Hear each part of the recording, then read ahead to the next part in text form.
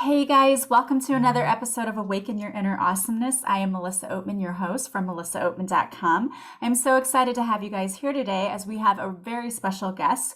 We have with us today Miss Becca Powers, who is the author of the book Harness Your Inner CEO. She is also a high-tech Fortune 500 sales exec, and she actually wears many hats. She's also an executive life coach. And today she's going to talk to us about not turning down our light to be light and the power of the word and. And I cannot wait to dive into this conversation because it sounds fascinating and I can't wait to hear more about it. So thank you so much, Becca, for being here with us today. Yes, and thanks for having me on. I'm excited. Yes, I'm so excited to have you here. So, before you start diving into the topic we're going to talk about today, I always like to ask our guests to just kind of go back and give us a little background about you, who you are, and your journey of how you got to doing all of the fantastic things you do today.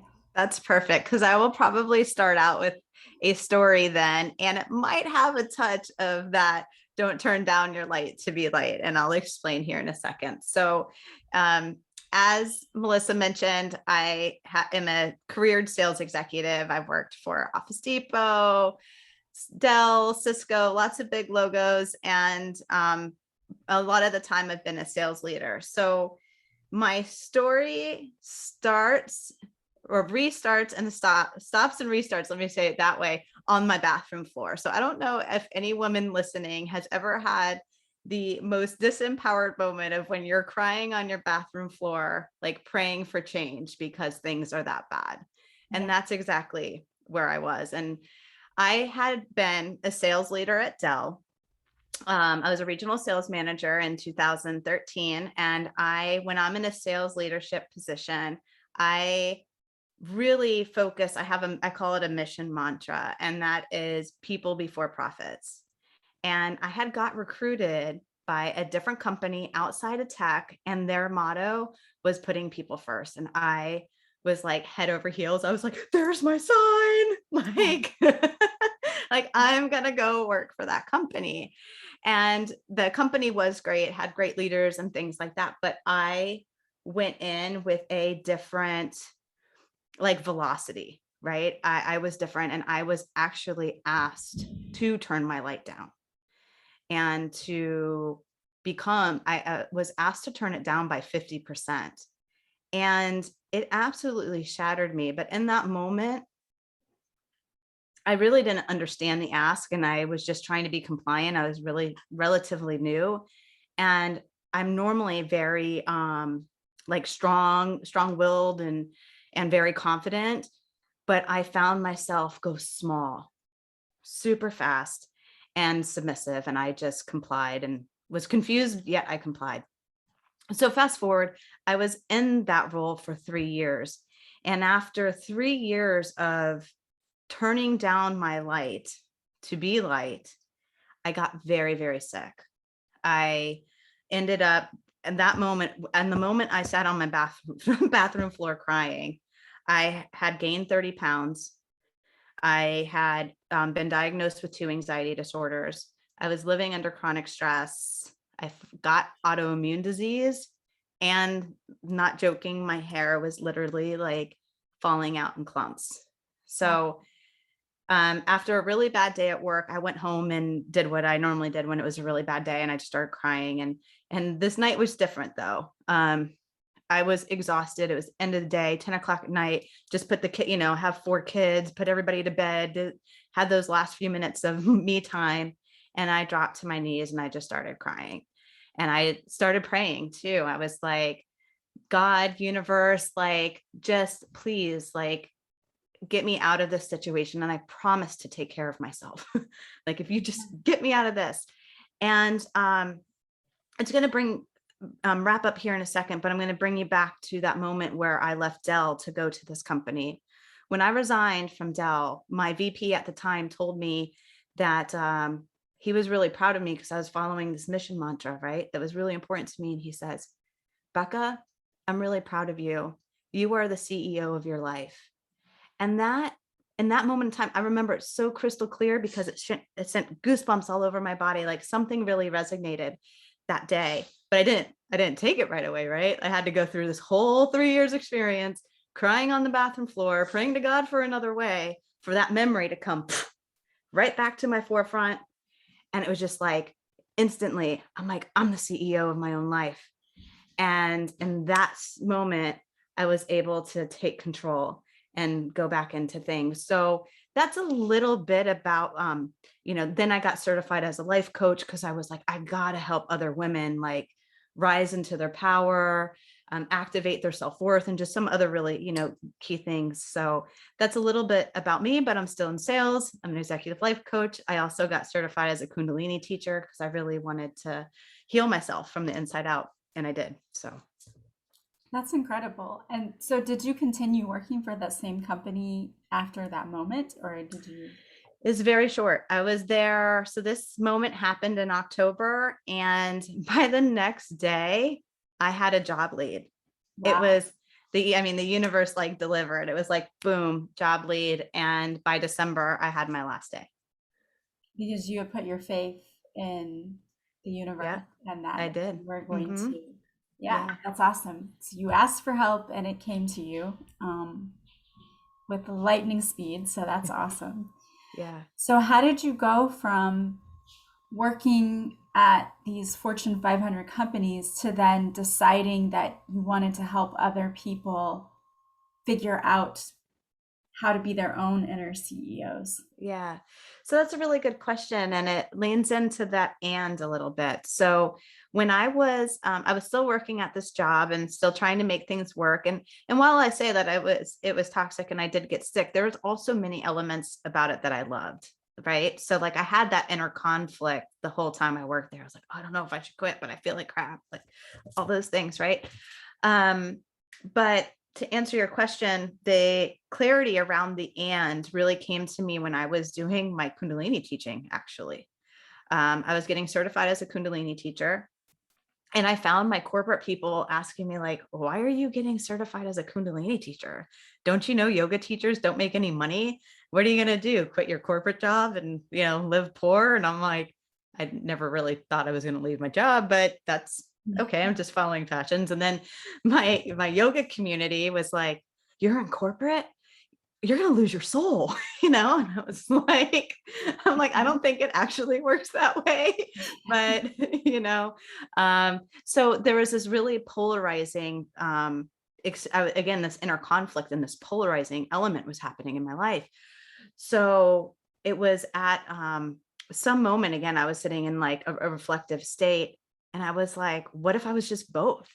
What if, what if I gave myself permission not to be conflicted? What if I gave myself permission to be a good mom and, you know, um, a careered woman and a yoga teacher? What if I just gave myself permission to be all of it at the same time? And like tears came down my face because just the thought of not having to choose became so liberating. Yeah, that's incredible because I think there's probably a lot of people out there who feel like they can't do two things. They have to do one or the other and they have to choose. And I don't think that's always the case. And the more I've been out there teaching and coaching and just talking about this topic, I have seen women actually burst into tears because they're like, oh my gosh, like I don't have to choose. Right.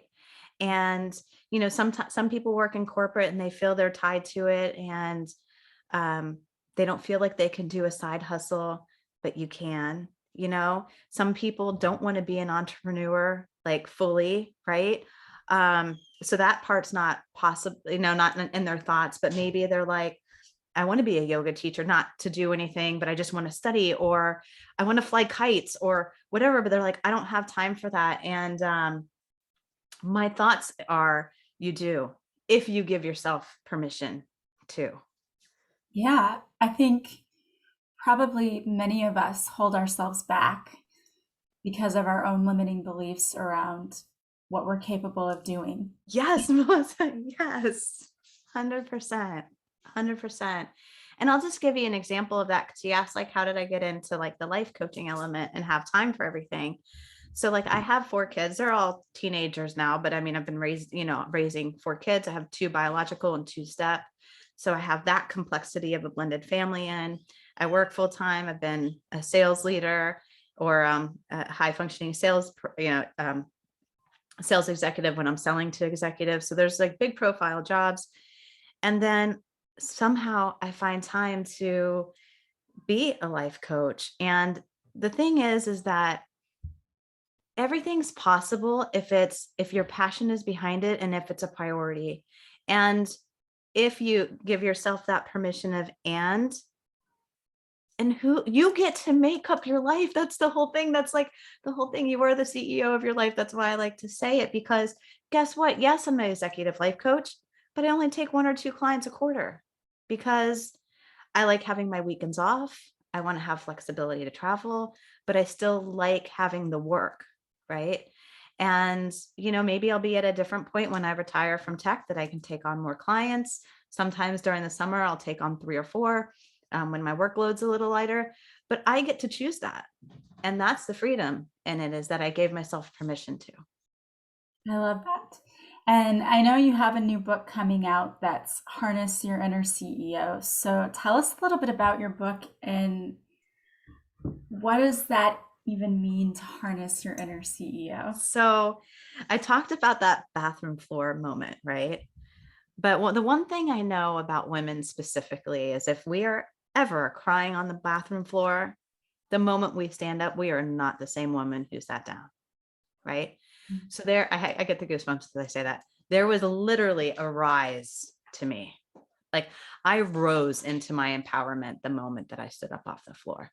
Like when I had that thought come into my head that I'm the CEO of my own life, I had this instant wave of self-confidence. And I had a lot of work to do. So I'm not saying like it was a magic wand, but I felt like a surge of my confidence come back. I felt a surge of my self-worth come back. So as I talk about harness your inner CEO, I really wrote it from the perspective of what it took for me to pull myself back together from that moment on the bathroom floor. And I really see it in 3 parts. One is first, like your personal power. So the book is written in 3 parts: power, passion, and prosperity. And I feel like so many times we get the formula wrong, but not because it's wrong, just because we're trying to do all the right things and we're taking tips and tricks and just trying to make it all work. What I found was the first step was me reclaiming my personal power, right? And that started with me prioritizing myself. What I found was when I looked at my priorities, I had my career above me, I had my family above me, I had other people above me. And no wonder at the end of the day, I'm crying on a bathroom floor. I was nowhere in that formula. And so anyway, that's the first step. So I'll pause there to see if you have any questions or comments, but then we'll get into the other 2. Yeah, and I think that is so super important. And there's so many of us out there who put everyone else ahead of ourselves. We kind of go on the back burner of what we want and what we need. So I understand why that would be the most important thing. Number one is taking back your power. I think that is so truly important. Yeah. Yeah. And then like in the book too, it's in chapter 3, but I gave it some framework and I call it the ladder of self-worth. But you can actually get in there and kind of identify where you are in your ladder and then see if you need to move yourself up first. And there's some steps to do that. But what I found is as I started saying no instead of yes, right? Like for all the listeners, like, some of these things sound like really scary. It's like, oh, you're a mom and you're this, like, how do you even pull yourself up to the top? But it's not as hard as you think. We're very resilient, and a simple thing of not like maybe just not overcommitting yourself. Yeah, I think that's a huge thing because so many people, we feel like no is a bad word because Yes. we've been conditioned from a young age that when we hear no, it's not a good thing. But no is actually a complete sentence and a very powerful word, and it a really good way to be able to take your power back by not saying yes to things that you really don't need Right. to do. And that was one of the hardest things, especially for those that are working moms and in corporate. Like, I am an overachiever. I like to have my hands in everything. Um, Very passionate, but when I was committing to too many things, I was exhausted. Right. And so it was heartbreaking in an essence, because by me saying no, I can't take on that meeting or I can't take on the project, that means I didn't have my hands in it. Right. I wasn't touching everything. But these tasks started getting assigned to other people. I wasn't invited to as many meetings. So at first I was like, am I making the right choice? But I'm telling you, ladies, if you're listening, keep going, because what happens is peace. Like, I started having time and space within me that I hadn't had in a long, long time. And so that all helped me reclaim my power. And that's really where I think that first step comes from. Yeah, and I think a lot of people, whether we realize we do it or not, I think oftentimes we stay so busy because we don't want to be alone with our thoughts or alone with ourselves, because that is Yeah. can be a scary thing if you don't have a good handle on the thoughts that you think about yourself or what you focus on when you're sitting in stillness. So I Right. think that's why everyone, I mean, I think it's just one of the reasons I think that the pandemic was, so significant, is that it taught us we had to slow down. And I think so many of us don't do that enough. And I think, again, part of the reason for that is when you slow down and you're forced to sit with your thoughts, you may not like what. Absolutely. And people, there's an uncomfortableness in sitting with yourself. Mhm. And that actually is a really good lead into the second point or part of the book, which is passion. I kind of found, like I was just mentioning, I kind of found that uncomfortable feeling, right? I was so busy all the time, um, that I didn't have to feel. And once I slowed down, there was all these feelings. And you can go down rabbit holes, which is fine. It's not horrible to understand where pain comes from and things like that. But at the end of the day, what I found is much more helpful is, like, we're here to enjoy life, right? So I had this like reframe that happened in my head where I was like, what am I passionate about? You know, I'm passionate about helping people. I'm passionate about, like, writing. I've always wanted to write a book. I'm passionate about yoga, like, and so this time that became available. I'm also a concert junkie. I love concerts. Like, there's so many things that I love, but I never had time for all this stuff. So it always felt like something that maybe I'd get to when I retired, or I don't know, some faraway land. And what I started doing is just, it's something simple, like for listeners too, like some people ask me, like, I don't know what I'm passionate about. I'm like, actually you do, because it's so natural to you that it doesn't even, like, you don't even have to think about it. Like, if you look at your Instagram feed or your Pinterest feed, right, you're going to find that you're going to find what you like. And typically what you're following are areas of your passion. Yeah, that's definitely something to think about. I find for sure on Pinterest that my boards follow my passion. I have a Reiki one, and then there's one for cooking because I like to cook and all of those different things. So, yeah, definitely. I love the tip of just going and seeing where you naturally gravitating towards right now. Right, exactly. And all of that's allowed to change too. And that's where I go into the power of and. Like, today I might like this, and tomorrow I might like that. And that is absolutely okay. Yeah, I love that because so many people get stuck and caught in that I started this and now I have to finish it, but I don't really enjoy it, but I need to finish it. I mean, to me, if you start something and you've done enough of it and you know it's not something that's for you, there's no reason to like make yourself finish it. I mean, Absolutely. I agree with that 100%. yeah. Awesome. And so, and then that was the second part of the book was towards finding your passion. So, and the third part of your book then is about Is prosperity. prosperity. So how my formula worked, like, and I think it's, when you are getting that reflective time and you're coming back into your power, and you're getting more time and space. One really thing, and you're starting to think about passions, um, identifying how you like to express yourself, I think is one of the most um, important things. And it was for me because I am a creative. I like creative self-expression. Like I can write, I can talk, like I like it all. Like if it has to do with creative self-expression, I am all about it. And that was really important because for years I was trying to like mission abort on my sales career, right? Like I'm like, am I going to be a salesperson for the rest of my life? Yeah. And then I'm like, wait, this is actually really aligned to me.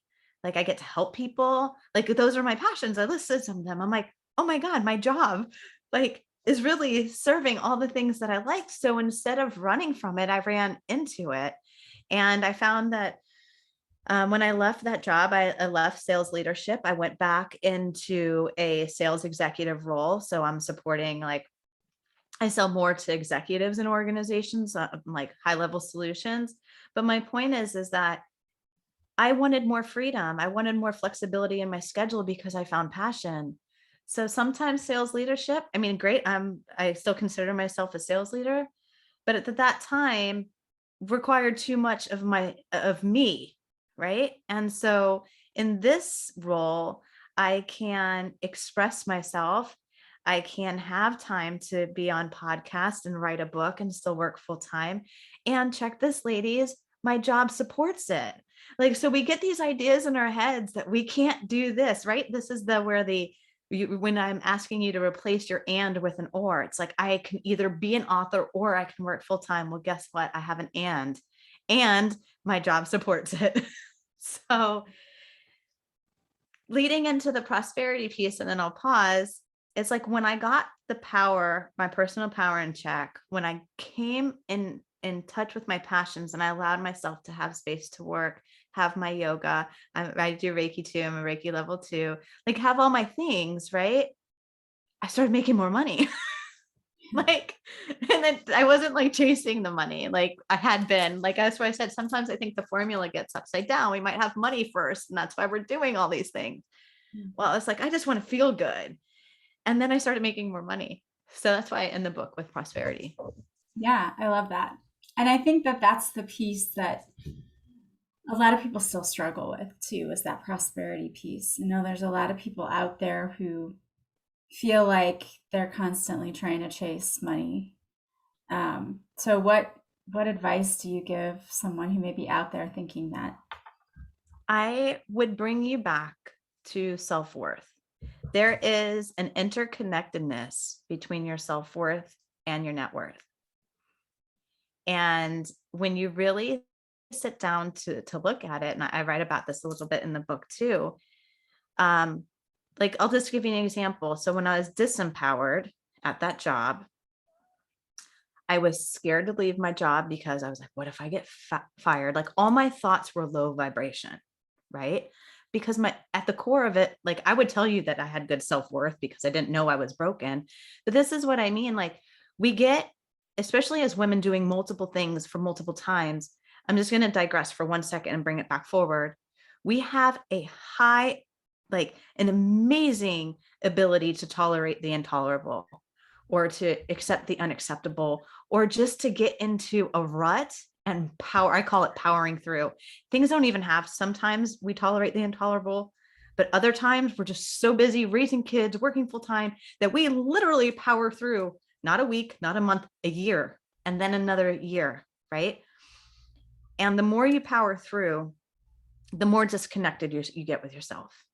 And the more you get disconnected with yourself, the more your self-worth gets impacted. And what I noticed is that the more my self-worth got impacted in reflection, right, the harder it was for me to earn money.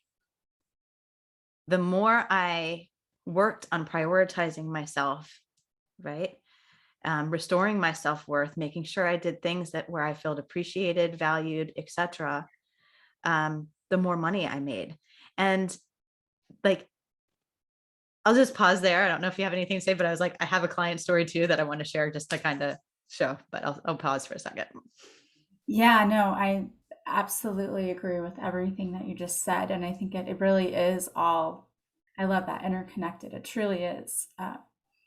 And I think that it's so important to go back and look inward at, how do I feel when it comes to money, as far as, do I feel like I'm worthy of it? Do I feel like I'm worthy of being able to take time off when I need it, or to go and do nice things for myself when I need it? Exactly. 100%. Yeah. Yes. Yes, yes, yes. Mm-hmm. So, what client story were you going to share with us? So I had one of my clients, I have a lot of like mid-level managers because I spent so much time in like mid-level to senior leadership. So I had one of my clients was a senior regional sales manager, and again, really making six figures, really successful, everything on the outside. And I feel like this is so often like we package ourselves so we look like we're perfect on the outside, but on the inside, things just aren't right, right? Right. And so, but she came to me because she was just like in a space where she was in a separation with her husband, but she didn't know if she should go forward with a divorce. So I think first it's kind of started around more relationship stuff. But what we found out is that she was really suffering from low self-worth, right? And as we worked on like, I don't care, I told her, I don't care about your husband. I don't care about the job. Like, yes, those things are really important and I understand, but those are just the manifestation of what's going on inside. I Mhm. care about what's inside, and I feel like you haven't focused in there in a very long time. So let's like go in. And I took her through all 13 steps in my book. But um, what we found is when she increased her self-worth, right? She knew she needed to leave. That she knew all the answers, they were within, right? She knew she needed to leave. She left, built her self-worth up a little more. She knew that she was being mistreated at her job, left, went to another company. She went from thinking that she wasn't going to be hireable anywhere else to becoming a VP at another company, right? And so that's like what I'm saying. Like and you mentioned it earlier in this conversation too, we put the limitations on ourselves, Mhm. Yeah. right? But there's that interconnectedness between the net worth and the self-worth. That was when the self-worth when the self-worth rises, so does the net worth. Yeah.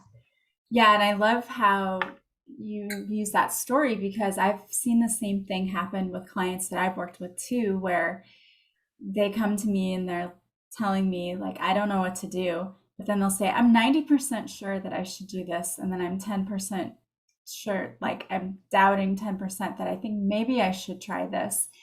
And it always just, I want to laugh, but not at them, just thinking, you just told me you already know what to do. But we've got to learn how to start trusting ourselves more. And I think that comes with taking back your power, and Absolutely. again, increasing that self-worth, because when you believe in yourself, then you believe that you know what's best for yourself.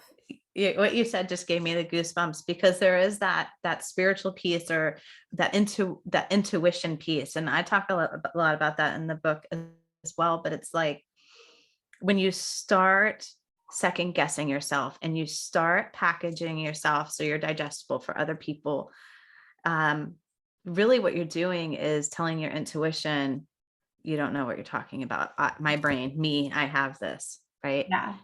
And as you start prioritizing yourself, like I said, your intuition gets sharper and those gut instincts become clearer, Mhm. and you're able to follow like the breadcrumbs, right? And start trusting. And the more you start doing it, the more things start to work in your favor. And all of a sudden your life is like this little magic miracle box. And you're like, oh my God, how did I go from like, barely surviving to like thriving and actually like giggling when I see a butterfly now or something like Yeah. that. Yeah, it's so true. And I always say this, I think back to when you said you were on the bathroom floor and you're just praying, like, help me, give me help, show me what to do. So many people I know can relate to that and have been in that same spot. And what I've found to be true is, when you ask that, where the disconnect comes is, oftentimes people will ask that, but then they keep going and they don't listen to what comes Right. next. And I think it's when you do exactly what you did, and when you listen to your intuition, when you ask for the help and then you stop and you get still and you listen for the guidance that comes and then you start taking the action that you're Right. given to take, that's when everything starts to fall into play. But where a lot of people get stuck is they ask for the help and then they still keep doing their own thing, trying to Right. navigate. Yeah. Or they overanalyze, or like, oh, that can't really be where I'm being guided. It's like, well, okay. But Yeah, when life doesn't start work, when life like does the same loop and you're still unhappy, maybe you'll come back and give that whole thing a try. exactly. Exactly. I think of the meme that's on Facebook that was like, universe, give me a sign. And it's the person laying on the ground with a stop sign over the top of them, like, yeah, but is that my sign? Like, Yeah, exactly. That's what I, gotta hit me over the head literally with the sign. And I feel like that's how many of us are. We just don't trust mhm. enough or have faith enough in that we're being guided, and that also we all have intuition and it's the best internal GPS. But so many of us do like I do with my real GPS, which is miss the turn, and my GPS is like Yes. recalculating. Mhm. Like, what are you doing? I didn't And say I to go think that that way. you bring up a really good point. And, there's a lot of struggle with perfectionism. And I hear that a lot in current conversations, which I think is fantastic. But you bring up a really good point with like, sometimes we miss the turn, right? I think the important part is that we give ourselves permission to choose again, Mhm. right?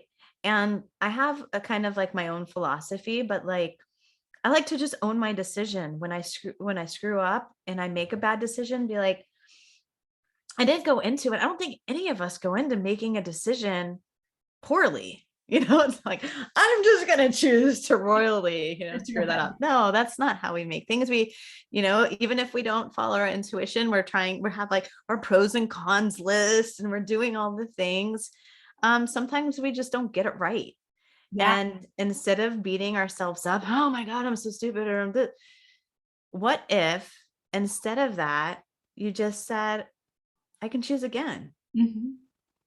I love that because when you think about a real GPS system, have you ever noticed if you miss the turn, it will try to take you forward and turn you around. Sometimes that can take you 10 or 15 minutes out of your way to turn around to get to another place where you can turn around.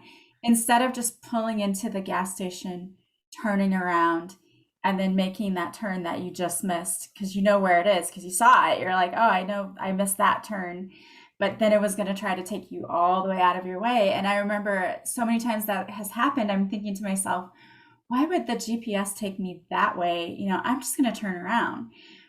And that's how it is in life too. If you've made a mistake, you don't have to keep going down that road to prove that, well, I picked this, so now I got to live this. And because I think a lot of Right. people do that. They're like, oh, well, if I made this decision, then I'm going to have to live with the decision I made and I'm going to have to keep making this mistake because I've already been making it for so long. Instead of just saying, what if I turn around and go the other way now? Like, I see my turn, I see what I needed to do. Can I just turn around now and go turn? Right. Like, why Absolutely. can't we do that? And we have that choice. And even going back to my example of, going into that job and half loving it and half hating it and all of those things. Um, I spent a lot of time trying to go down rabbit holes of like, oh, I should never have taken the job or different things like that. And then I finally kind of what you're saying, just like own that I did it. Right. And I went through with the information I had on hand at the moment in time. I was following my mission mantra. There was no way anybody was going to tell me I wasn't going to take that job. Right. Yeah. And in hindsight, now I wrote a book about it. So, here's what I'm saying. But I left tech, which everybody was like, I can't believe you're leaving tech to go to, into staffing. Like no one does that. And so there were so many things that people were saying, but where I want to go is that instead of beating myself up about the decision, I reflected back why I made it. And I actually made it for a really good decision for really good reasons. One was that it was my mission mantra. Two was that in tech, I traveled a lot. My kids were in middle school and this job got me home every night. Right. So there's another, I didn't know I was going to be working 12-hour days and actually gone home more than I was in my other role. I didn't know that at Yeah. the time. But if I go back through my checklist, I'm like, oh, this is why. And the other thing was I was developing my leadership profile, and I got to sit on the executive council. And that was a role I hadn't done yet. And quite frankly, in an organization the size of Dell, I was never going to be on an executive council, right? Mhm. So I got the experience I wanted. It didn't work out the way I wanted to, but in owning it, I'm going to wrap this up here, but in owning it, I've been able to carry that story with me. So when I've interviewed for when I came back to tech, they were like, what the heck did you do, girl? Like, why did you leave tech to go to healthcare? And it's something that I could have been embarrassed about. I could have been in shame or guilt, like, oh, I don't know, or whatever. But I said, no, I made it for these reasons. And I've had VPs look at me in the face and say, yeah, I probably would have gone too. Yeah. So kind of a longer story, but I wanted to illustrate just what you were talking about, that sometimes, we miss the turn, but if we're following our internal GPS, we can choose again, and we don't have to dismiss or harm ourselves with our thinking and our words towards ourselves in any way, Yeah. Yeah. I love that. I think the self kindness and compassion is so super important. Yeah. None of us know what we're doing exactly. We're Right. all winging it. That's the whole so like, right. And that, like, when people like, and self-worth is a really tricky wrapper to unwrap. Right. But like I'll have like really confident women. I deal with like powerful women that are like, status and all this stuff. But then they'll say like, oh, things like that. Like I don't have self-worth issues, but then they can't admit to being wrong and other little things like that. I'm like, well, Yeah. maybe we should explore that. I know you're not ready for it yet, but Yeah. Yeah, that is a hard thing but for some people, I think. yeah, Admitting it when you're is. wrong, it really is. Mm-hmm. Because it admits that you're human and that you don't have all the answers. But I mean, to me, that's comforting to know that I'm not supposed to have all of the answers. Yes, very comforting for me too. And I think that ties into your evolution and growth when Yeah, you can. Mm-hmm. absolutely. Well, I have loved this conversation and it's been so much fun. Me too. And if anyone wants to buy your book, because I know that you said tomorrow, well, it'll be today when people are listening to this, that you Yeah. have a free ebook. Like, Yes, yes. it's free ebook Wednesday. Woo! But my book is currently Harness Your Inner CEO is on pre-order. It goes live next Wednesday, October 13th. But we have working with the publisher, and tomorrow is free ebook Wednesday. So if you go on Amazon and you type in Harness Your Inner CEO, the ebook is free for Kindle Unlimited users, and $2.99, it's discounted down to $2.99 if you want to purchase it. But most people have Kindle Unlimited, so go get Yeah, it. It's free. Amazon, Harness Your Inner CEO. that's awesome. And we'll have the link too in the show notes. So you can just go right to the show notes and click on it to get your free ebook. So I love that. And now, if people want to follow you or they want to work with you, what's the best way for them to do that? All my social media handles are the same. So LinkedIn, Facebook, Instagram are all Becca Powers 1313. And then my website is beccapowers.com. Awesome. And I'll have the link in the show notes for her website too, so you can click and go directly there. You've already given us a lot of wisdom for today, but I always like to ask our guests to leave our listeners with one little nugget of wisdom that they could take with them for the day. So if there's any piece of advice, what would you tell people? Don't turn down your light to be light. I love that. Exactly. Show up. People want you, Show up. need you to show up. Mm-hmm. Especially you. You yourself need you to show up fully. Exactly. Well, thank you so much for being here today. This was such a great conversation. Yeah. Thank you for having me. I absolutely loved it. It was Yeah, awesome. and good luck with your book too. Thank you. It's going to be a bestseller, right? It's really close. Very close. Well, I think my audience members will probably help you out with that today. So That's great. Thank you guys in advance. And I want to thank all of you for listening. As always, if you like this podcast, please subscribe. Please leave a positive review from wherever you're listening. And of course, the greatest compliment you can pay me is to recommend this podcast to someone else. I also want to remind you that you can follow me on social media. I go live Mondays on Facebook at 6:30 Central, where I do a free card reading. If you show up for the live, I'll pull a card especially for you. And if you want to work with me, you can go to my website, melissaoatman.com. Also, if you like this podcast so much, you can join my Patreon, and I have access to 2 exclusive episodes a week that are not open to the general public. So check that out too. All of the links are in the description to the podcast. I hope you guys have a beautiful day today from wherever you're listening. As always, I am sending you so much love and light, and I will talk to you soon. Bye, guys.